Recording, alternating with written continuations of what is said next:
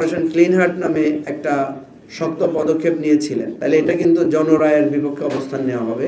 জনগণ চেয়েছে বলেই তো শেখ হাসিনাকে পালিয়ে যেতে হয়েছে। আমার সাথে ইতিমধ্যে সরকারে যারা বিভিন্ন মন্ত্রণালয়ের দায়িত্ব পেয়েছেন তাদের অনেকের সাথে কথা হয়েছে, কারণ আপনারা জানেন যে আমরা প্রায় সবাই দীর্ঘ আন্দোলন সংগ্রামের সাথী, গণ অভ্যুত্থানের সাথী, আমরা অনেকেই একসাথে কাজ করেছি।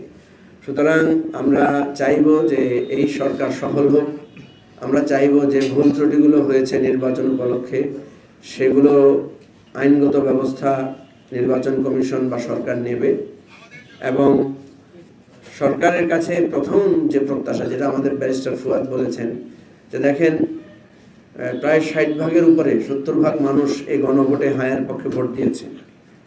সুতরাং সরকার যদি এই গণভোটের ম্যান্ডেটের বিপক্ষে অবস্থান নেয় তাহলে এটা কিন্তু জনরায়ের বিপক্ষে অবস্থান নেওয়া হবে। এবং এটা সরকারের প্রতি কারো কারো যে উষ্মা, যে যেই ক্ষমতায় যায় সেই ক্ষমতার মোহে জনগণের অধিকারকে ভুলণ্ঠিত করে, এই ধরনের বিষয়টা শুরু থেকেই প্রতিষ্ঠিত হয়ে যাবে।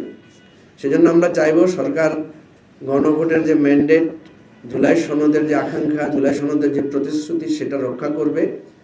এবং গতকালকে তারা যে সংস্কার পরিষদের শপথটা নেয় নাই, এটা আমি মনে করি খুব অনুচিত হয়েছে। এটা আমাদের জুলাই আকাঙ্ক্ষার প্রথম একটা বিরাট প্রতিবন্ধকতা তৈরি হয়েছে। সাংবিধানিক নানা কথার মার প্যাচে জন আকাঙ্ক্ষাকে ভুলণ্ঠিত করার চেষ্টা অতীতেও হয়েছে, কিন্তু সেটার ফল ভালো হয় নাই। আমরা চাই না, একটা নতুন সরকার হয়েছে অনেক আকাঙ্ক্ষা অনেক চেষ্টার পর, যদিও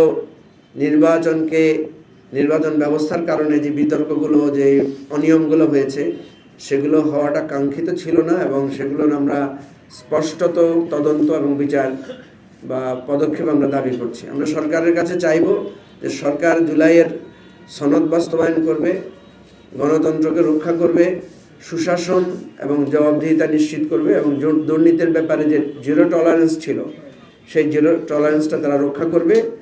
আর সরকারের বিরুদ্ধে বা সরকারি দলের বিরুদ্ধে যে অভিযোগটা ছিল সন্ত্রাস, চাঁদাবাজকে প্রশ্রয় দেয়া, আমি আপনাদেরকে একটা কথা স্মরণ করিয়ে দিতে চাই। বেগম খালেদা জিয়া যখন ক্ষমতায় এসেছিলেন, আপনারা যারা একটু বয়সে কিছুটা তারুণ্য পেরিয়ে এসেছেন তাদের স্মৃতিতে থাকার কথা যে উনি কিন্তু অপারেশন ক্লিন হার্ট নামে একটা শক্ত পদক্ষেপ নিয়েছিলেন। এবং সেই পদক্ষেপের ফলে তৎকালীন সময়ে সরকারি দলের যে একটা সন্ত্রাস প্রবণতা দেখা দিয়েছিল সেটা কিন্তু থেমে গিয়েছিল। তা আমরা মাননীয় প্রধানমন্ত্রী, বর্তমান প্রধানমন্ত্রীকে অনুরোধ করব যে আপনি এ ধরনের একটা দৃঢ় পদক্ষেপ নেন। স্বরাষ্ট্রমন্ত্রী যিনি হয়েছেন আমাদের অত্যন্ত প্রিয় শ্রদ্ধেয় সালাউদ্দিন ভাই, যার সাথে আমরা সংস্কার কমিশনে দীর্ঘ সময় কাজ করেছি, তার প্রতিও আমার অনুরোধ থাকবে যে বাংলাদেশে স্বরাষ্ট্রমন্ত্রীদেরকে নিয়ে অতীতে নানা ধরনের ফান্ড, নানা ধরনের মানুষের কাছে হাস্যরস তৈরি হয়েছে। তো এই প্রথাটা উনি ভেঙে দিবেন এবং নিরপেক্ষভাবে একটা দৃঢ়ভাবে তিনি এই ব্যাপারে পদক্ষেপ নেবেন, এটা আমরা প্রত্যাশা করি সরকারের কাছ থেকে।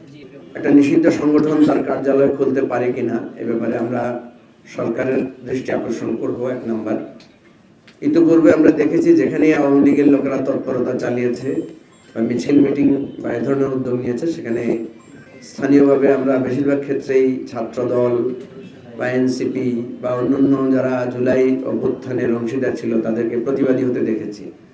তো এখন যদি সরকার এ ব্যাপারে কোনো পদক্ষেপ না নেয় তাহলে সেটা হবে দুঃখজনক। আমরা চাই এ ব্যাপারে আইনগত পদক্ষেপ, কোনো মব বা কোনো ধরনের বিশৃঙ্খলা আমরা চাই না। আমরা চাই যে সরকার আইনগতভাবে এই সমস্ত বিষয়ে পদক্ষেপ নেবে, যেহেতু এখন তাদের কর্তৃত্ব আছে। একটা সময় ছিল তারা হয়তো বলতে পারতেন যে আমাদের কর্তৃত্ব নেই, এখন যেহেতু আইন শৃঙ্খলা রক্ষার দায়িত্ব তাদের, এই ব্যাপারটা তারা দেখবে। যদি তারা না দেখে তাহলে আমরা রাজনৈতিকভাবে এই বিষয়ে আমরা আমাদের মতামত এবং আন্দোলন প্রতিরোধ আমরা করার চেষ্টা করব। জনগণ চেয়েছে বলেই তো শেখ হাসিনাকে পালিয়ে যেতে হয়েছে। জনগণ রাজপথে নেমে এসেছে, রাজপথে নেমে এসে তারা তাদের রায়, বিক্ষোভ, গণ অভ্যুত্থান ঘটিয়েছে বলেই তো আওয়ামী লীগ এই বাংলাদেশের রাজনীতি থেকে, ক্ষমতা থেকে, সার্বিক অবস্থান থেকে তাদের পতন ঘটেছে। সুতরাং যদি মনে হয় যে জনগণ আবার চাইতে হবে, সে চাওয়াটা কিভাবে চাইবে? সে চাওয়ার 2টা পথ হতে পারে। সেটা হচ্ছে একটা তো হচ্ছে আইনগতভাবে, সেটা তো অলরেডি প্রসেসের মধ্যে আছে। কারণ আমরা মনে করি গণহত্যার সাথে আওয়ামী লীগের সরাসরি সম্পৃক্ততা পাওয়া গেছে।